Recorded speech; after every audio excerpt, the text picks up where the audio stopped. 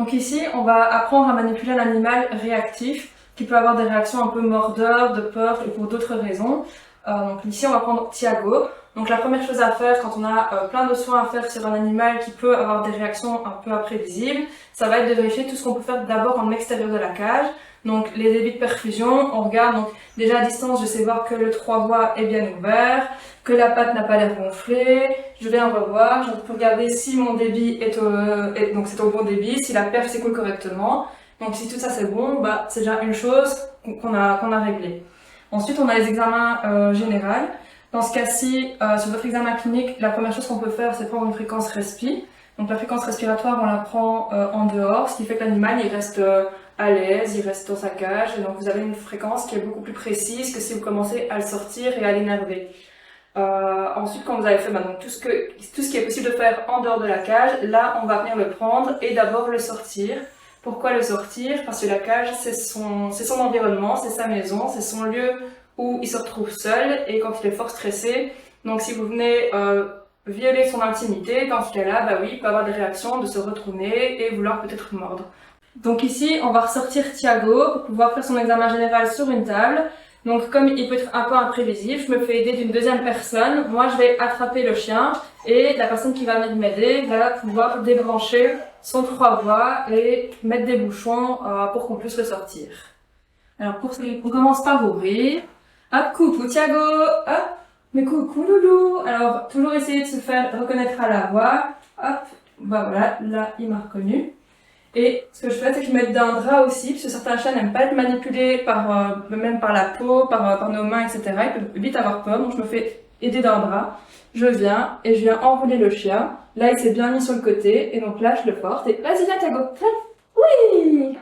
Hop. Et on félicite toujours. Et le chien commence à se calmer, et vous arriverez plus facilement à pouvoir l'appréhender quand il aura moins peur.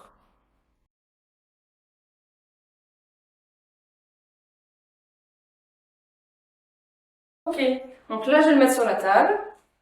Allez, on descend. Voilà, c'est bien, c'est bien. Et donc toujours on commence par des petites caresses. Donc là, c'est quand voilà, vous voulez faire votre examen général, vous pouvez aller palper des petits ganglions, manipuler l'animal, vérifier tout ce qu'il y a à vérifier, s'il y a des gonflements, etc. On peut palper, toujours hop. On vient avec des caresses pour vraiment amener du positif sur le chien et qu'il ne pense pas qu'on le sorte juste pour lui faire du mal. Hop, pareil, là on m'a dit qu'il n'aimait pas les pattes arrière, mais comme vous pouvez le voir, donc c'est un chat qui n'aime pas les pattes arrière et j'arrive à lui toucher les papates au niveau de son cathéter sans problème, il ne me mord pas. Hop. Alors une fois que c'est fait, vous pouvez écouter son cœur. Donc le chien, une fois qu'il est en confiance, vous aurez un examen clinique qui sera beaucoup plus précis. Donc vous n'aurez pas un chien trop stressé, vous pouvez écouter son cœur, terminer votre examen général. Généralement, on termine par les températures. Qu'on fait en rectal, justement pourquoi? Parce que c'est plus invasif et que ça dérange souvent l'animal, et c'est le dernier examen sur lequel il peut vraiment essayer de se retourner. Donc là pareil, on peut se faire aider d'une deuxième personne, une qui va venir à l'avant pour vraiment maintenir la tête pour éviter que le chien essaie de se retourner. On fait toujours des petites caresses, on se présente au chien, et la deuxième qui va venir et qui peut relever la queue et prendre la température sans problème. Et ici on voit que Thiago, il n'a même pas essayé de se retourner. C'est bien Thiago. Donc là ici on va lui faire son injection en sous-cutané, donc c'est juste pour l'exercice, il n'en a pas besoin donc je ne lui fais pas.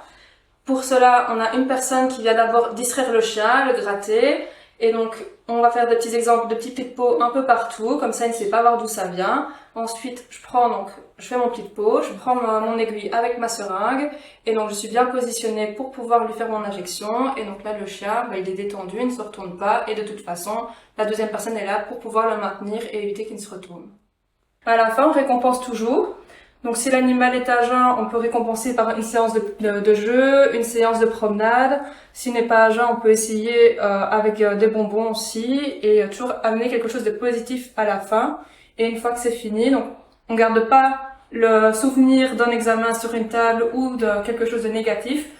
On fait toujours autre chose, et une fois que c'est fini, on le remet dans la cage, comme ça il n'associe pas justement le fait que vous venez juste pour l'embêter.